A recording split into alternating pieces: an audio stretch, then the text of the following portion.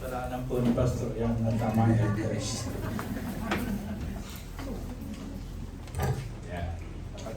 Good morning po sa lahat. Morning! Sana po tayo po ay, sabi nga, naka-smile.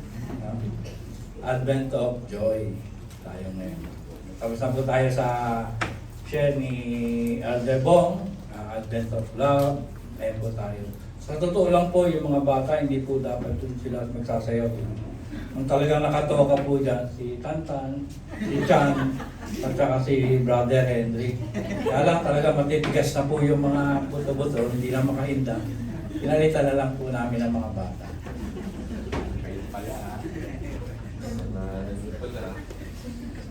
Kaya ngayong umaga pong ito, tayo po ay mag-aaral ng salita ng Diyos. Mensahe po ng ating Panginoon ay nasa Luke. Kunin ko lang po yung Luke 2, chapter 2, verses 10 and 11. Sabi po dito, sa wikang Tagalog po, ngunit sinabi sa kanila ng maanghel, huwag kayong matakot. Ako'y may dalang magandang balita para sa inyo na magdudulot ng malaking kagalakan sa lahat ng tao. Isnila ngayon sa bayan ni David ang inyong tagapagligtas, ang Kristong Panginoon. Tayo po muna yung manalangin. Panginoon, tunay nga na napakadakila mo po sa araw na ito. Salamat po sa amin, sa iyong pag-iingat sa amin, sa nakaraang bagyo, Panginoon. Alam namin na marami kaming kababayan na nasa lanta, O Lord. Pero hindi mo pa rin inaalis ang kagalakan sa amin, Panginoon, na ikaw ay sambahin at papurihan. Patuloy mo po akong ingatan, Panginoon. Patuloy po na tuban ako ng iyong banal ng presensya, na bigyan ako ng wisdom, O Lord, para ma-ihayag ko ang mensahe mo ngayong umaga. Tuloy ka namin itataas at papupurihan sa pangalan ni Jesus. Amen.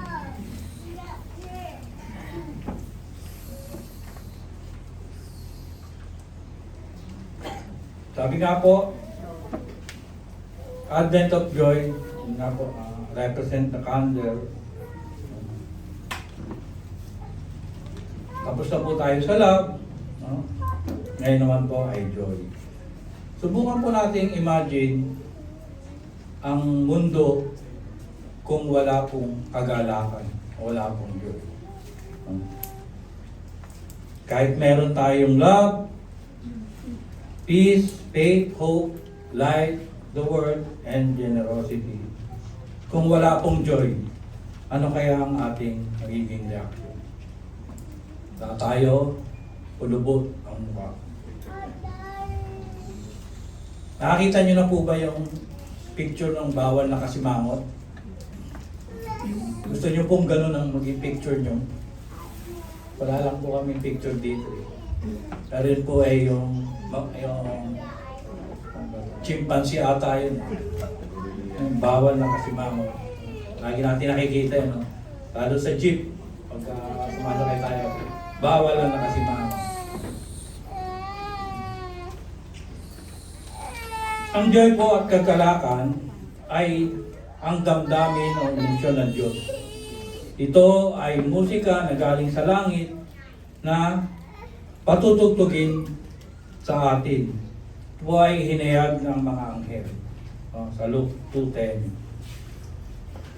Kung ang love po ay gift para sa mga unsaved or non-believers, ang peace gift sa sorrowful o nagdadalamhati, ang generosity gift sa mga nag-iisa alone na walang kakampi.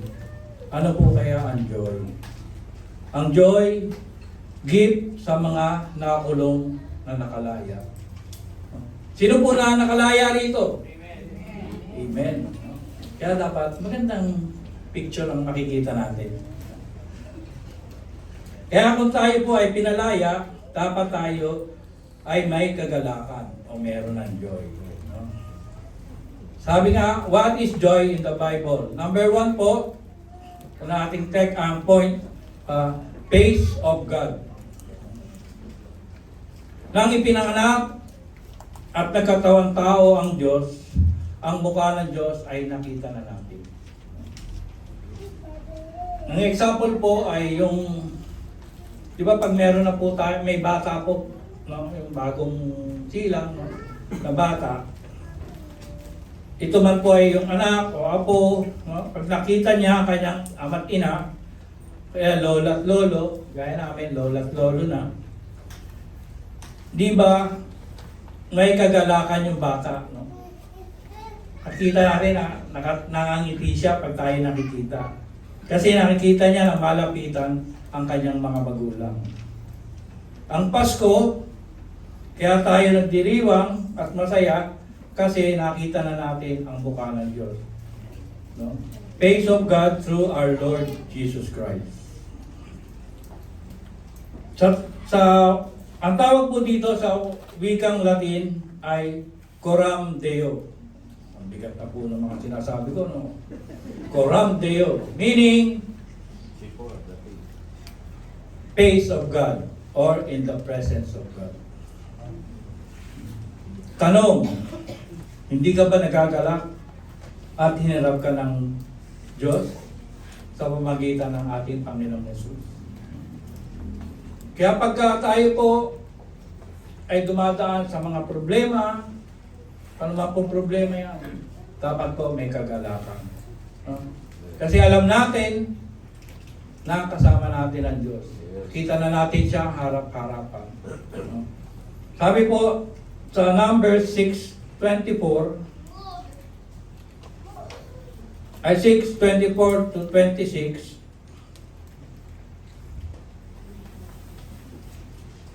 pagpalain nawa at ingatan si Yahweh. Kahabagan kanawa at subaybayan ni Yahweh. Lingapin kanawa at bigyan ng kapayapaan ni Yahweh. Sa English po, the Lord bless you and keep you. The Lord make His face shine on you and be glorious to you. The Lord lift up His countenance on you. Diba napakaganda pong balita yun? No? The Lord make His face shine on you. No? Nagniningning po nang pinanganak po ang ating Panginoong Kristo, nagniningning po sa atin ang mukha ng Diyos. At ang glorious po dito, sabi, ay effect ng joy and peace. Be glorious. Ang pinakamalalim na kahulugan ng joy sa Bible ay, yun nga po, sa Latin, Coram Deo. Coram Deo, face of God.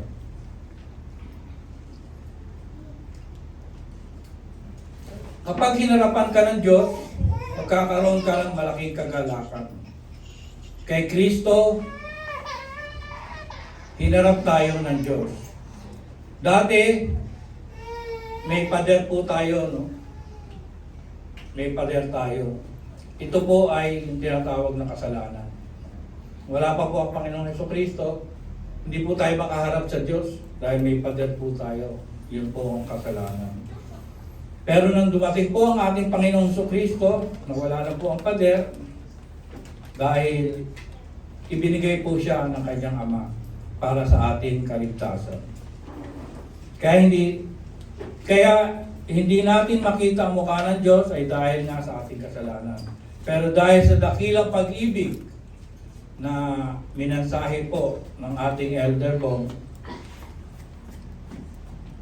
dahil sa pag-ibig ng Diyos, hinarap tayo ng Diyos through His Son, Jesus Christ. Walang Kristiyano pinalaya ng Diyos na malungkot o hindi nagagalak. Wala pong Kristiyanong gano'n. Kasi pag may Kristiyano po yan, baka hindi pa po kayo Kristiyano. Bulay-bulayin niyo po ang yung tinanggap. Tinanggap ko ba talaga ang Panginoon sa Kristo? Kasi kung tinanggap po natin ang tunay na Diyos, tayo po ay may kagalakan. Dahil nagmensahe na po sa atin ng good news ang Diyos. Pero ganun ka pa rin. Nakasimangot ka pa rin. Wala kang kagalakan. Mahirap po yun. Dahil hindi pa ba dumadating sa iyo ang Pasko? Diba? Ang Pasko po, meaning, nakalagay dyan kanina, Emmanuel. Bumaba ang Diyos. O God with us. Sino ba ang bumaba para magpakita ng mukha? Di ba ang Panginoong Jesus? Kaya dapat tayong laging may joy. Kasi kasama natin ang Diyos. Sabi nga po sa Colossus 1:15, si Kristo ang larawan ng Diyos na di nakikita. Siya ang panganay na anak na pangunahin sa lahat ng mga nilikha. He is the image of invisible God and the firstborn of all creation. Kaya kung tayo po ay talagang may Pasko, no? Hindi lang po December 25 ang Pasko. Araw-araw po sa mga tinawag ng Diyos, sa mga Kristiyanong tinawag. No? Lahat po ng araw ay Pasko, kaya tayo po ay laging may kagalakan sa puso. Opo, talagang dumadaan ang araw, may problemang dadating, gaya nung dumaan nung nakaraang linggo, may bagyo, no? Message nga ng message si Pastor. Pero yung alam natin, nakasama natin ang Diyos, no? Iba po yun, no? Kaysa yung dadaan tayo sa hirap ng buhay, unos, yung bagyo na hindi natin kasama ang Diyos, talagang ando doon po ang pag-aalala, no? Gaya po nung kapatid ni Ate Adeline, yung anak niya, nahagi po ng tren dyan sa may Espanya. Buti na lang po ang dala niya yung pickup na Ranger. Matigas-tigas. Natanggal, nakaladkad po siya ng mga 7 meters. Pero hindi po sila na ano. Sabi ko nga dahil sa kabutihan ng Diyos. Kasi kung sabi nga nung police, kung mga sedan-sedan lang yan, pinaglalamayan na yung anak mo. Kasi talagang bakal po. Bakal ang tren eh. No? Pero awa ng Diyos po, mga galos lang po ang nangyari din sa bata. Kaya sabi nga, kung tayo po ay may Pasko sa puso, no? Alam natin na ang binigay ng Diyos ay ang kanyang bugtong na anak, tayo po ay hindi mawawalan ng joy sa puso. Pangalawa po, ang fruit of God. Dito po, differentiate natin ang joy at happiness. Sino po ba ang laging happy lang? Walang joy. Sabi nga po dito, joy is in the heart. Ito po yun. Ang joy po ay talagang nasa kaloob-looban ng puso. Happiness is on the face. Sa mukha lang. Hindi napasok sa puso. Joy is of the soul. Happiness is of the moment. Joy transcend. Sinabi po ng ating presiders. Happiness react. Joy runs deep and overflow. Ito po yun. Happiness, hug, hello. Ang plastic po, no? Hug, hello lang. Joy is profound and scriptural. Sabi nga, don't worry, rejoice. Happiness is a balm. It makes you feel better. Pero sabi, don't worry, be happy. Ang joy po ay perspective. Ito ay eternal, material na, higit sa lahat, spiritual pa. Ang happiness po ay base lang sa emotion. Ito po ay temporary lang at material. Ang joy po na nabanggit dito ay hindi basta-basta joy sa ating binasa. Sabi ng Diyos, great joy.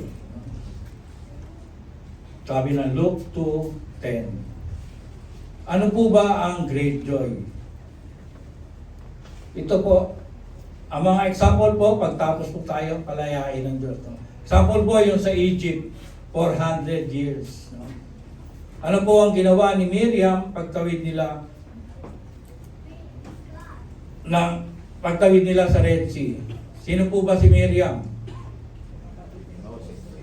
Amen. Kala ko si Miriam Santiago, hindi po. Si Miriam po ay kapatid ni Aaron at ni Moises. Sabi po ng Exodus 15:21, Miriam answered them, "Sing to the Lord, and He is highly exalted. The horse and the riders He had harnessed in the sea." Ang manifestation po ng joy ay praises and singing. Yun po ang great joy. No? Tayo po ba? Kamusta na po ba tayo magpuri? Tayo po ba ay kamusta ang ating pagsamba? May kagalakan po ba? O para tayong naglalaro lang ng may iniisip habang nagpupuri at sumasamba sa Diyos. Kailangan bigyan po natin ng diin, sabi nga, ang kagalakan na magpuri sa Diyos. No? Tapos pwede natin itaas ang ating mga kamay, no? Para sa pagpupuri sa Panginoon.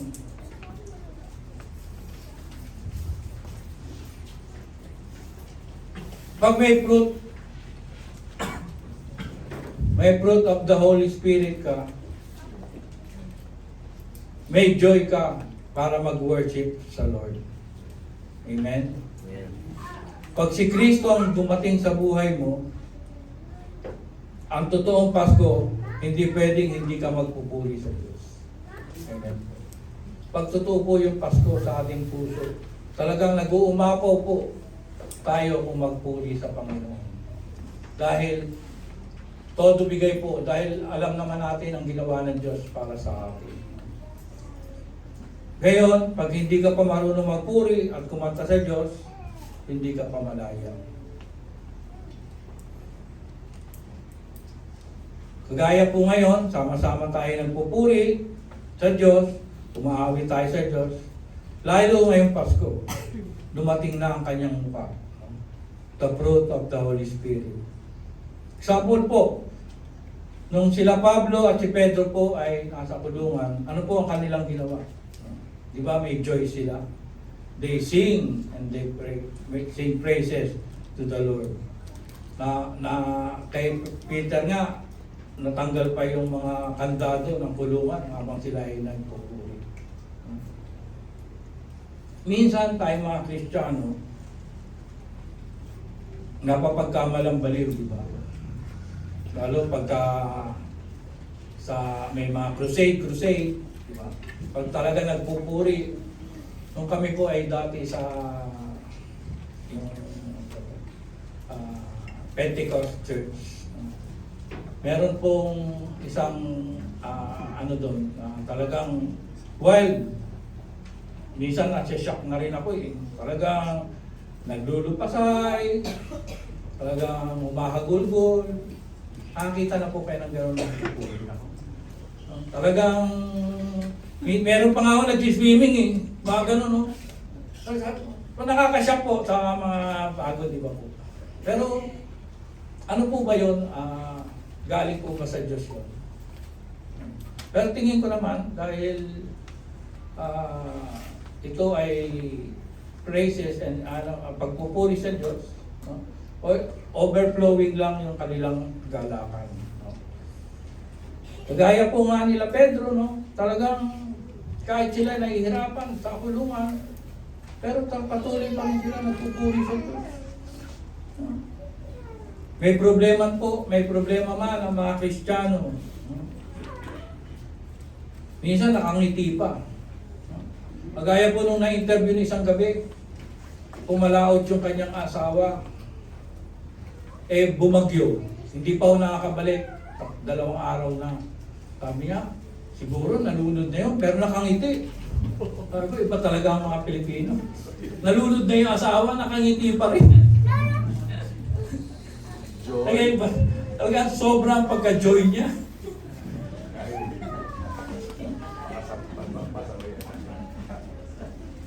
Hindi po tayo apektado dahil malalim po ang Pasko sa buhay natin. Talagang napakabuti po ng Panginoon. Pag talagang meron po tayong Diyos, nung na-born again nga po kami, siya po ang unay. Bagamat ako po ay laki sa Protestant Church. Alam ko naman po yung tunay na Diyos. Kasi siya po hindi, galing siya sa Quiapo eh. Siya po ay lumuluhod eh. Doon sa dulo, hanggang sa talagang pagka Friday, yung anak ko, yan, si Michael, maliit pa po yan. Sakitin po yan. Di ba ho, panata. Kaya po, sabi niya kay Michael, mauna ka na doon sa may altar. Dito siya magsisimula sa bukas, sa umpisa eh. Luluhod siya hanggang doon. Naganamanasan po niya. Ako naman po bilang naliligay nung una kami sa UST kasi siya graduate. Pag Sunday mag-church sa UST, sama naman ako syempre. Naliligaw pa lang eh. Pero tunay nga po na pag nakakilala na tayo sa Panginoon, talagang mabubuksan po ang ating isip, mapapalaya na po tayo, hindi na po tayo nakakulong. Tayo po ay pinalaya. Gayon tayo mga Kristiyano, laging may joy. Dahil alam natin, nakasama natin ang fruit of the Holy Spirit. At ito po ay nagmamanifest na sa atin ng joy. At ang pangatlo po, freedom in Christ. Ito na po ay yung celebration. Bakit ba talagang may joy? Ano ba ang ginawa ng Diyos? Sabi nga ng favorite scripture ni Brother Hill, John 3:16, no? Binigay niya ang kanyang bugtong na anak para sa ating kaligtasan. Sino man sumampalataya, ay bibigyan ng buhay na walang hanggan. Pinalaya na po tayo ng ating Panginoon. Kung ikaw ay nakakulong pa sa kasalanan, no, sa mga bisyo, sa mga material na bagay sa mundo, paggawa ng hindi kalugod-lugod sa Diyos,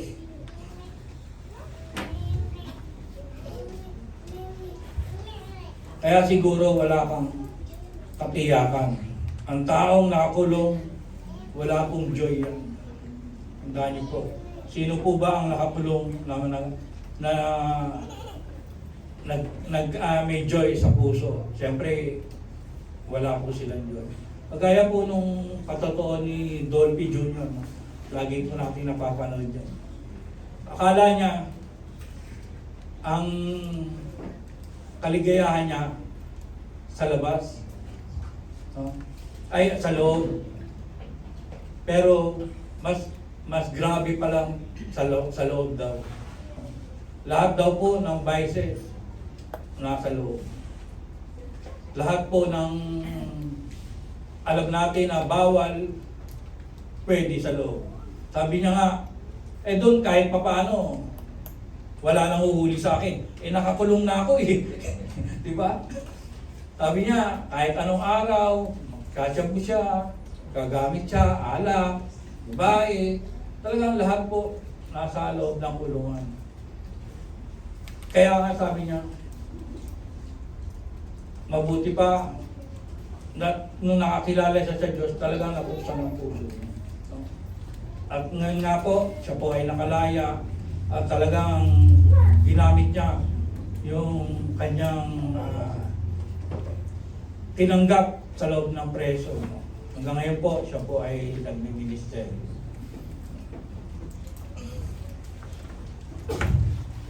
Kaya dapat po, may joy na tayo. Dumating na po ang Pasko. Pinalaya na po tayo ang Panginoon. Amen po? Sabi nga, ang una, Coram Deo. Nasa atin na po ang Diyos. Kasama natin ang Diyos. Pangalawa, fruit of the Holy Spirit, fruit of joy.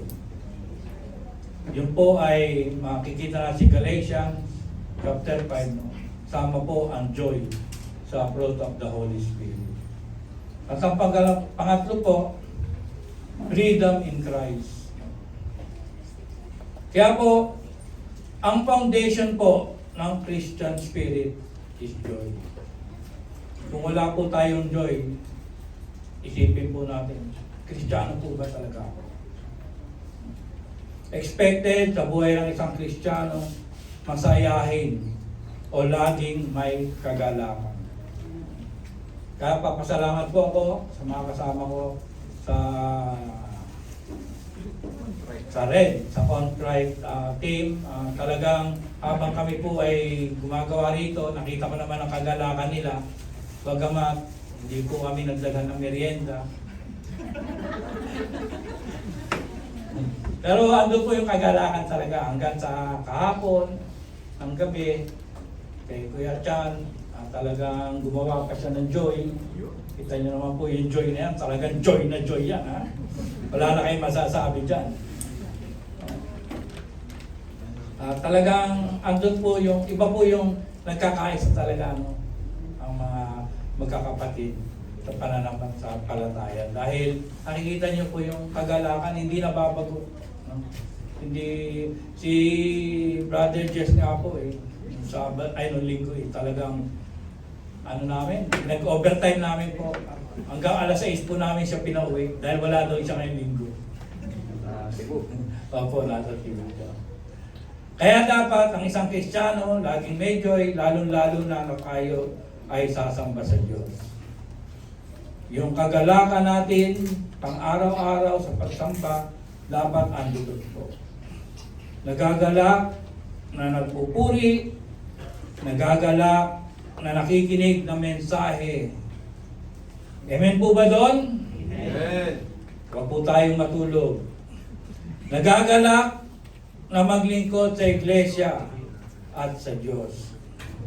Punong-puno ng kagalakan pag nakakita ng kapatiran. Amen po ba? Amen. Baka naman pagka nakita tayo ng kapatiran, makakaligod tayo kagad. At ba ay magalak? Dahil kasama natin yan pagdating ng Panginoon. Amen po? Yun po ang dapat na itsura ng isang tunay na Kristiyano. Lagi naka-smile. Sabi nga ng isang mensahe, pag nakita na ang mukha ng Diyos, Coram Deo. Natanggap natin ang fruit of the Holy Spirit. Nagkaroon tayo ng freedom in Christ. Dapat ka pa bang sumimangot? Nasa atin na ang everlasting joy. Hindi na ito makuha sa atin. Kaya po sa umagang ito, patuloy po nating i-practice, lagi nating tandaan na meron na po tayong Diyos. May Pasko po tayo sa ating puso. No? Huwag na po tayong mag-agaw-agaw o mag-sumimangot, huwag tayo po may mga problema. Tandaan po natin, yung problema na yan, lilipas din yan. Pero ang Diyos, lagi po nasa atin. Lagi po natin kasama. Kaya sa umaga pong ito, maraming pong salamat. At patuloy na tayo po ay pagpalain ng Diyos. At patuloy na makita natin talaga ang tunay ng Pasko sa ating buhay.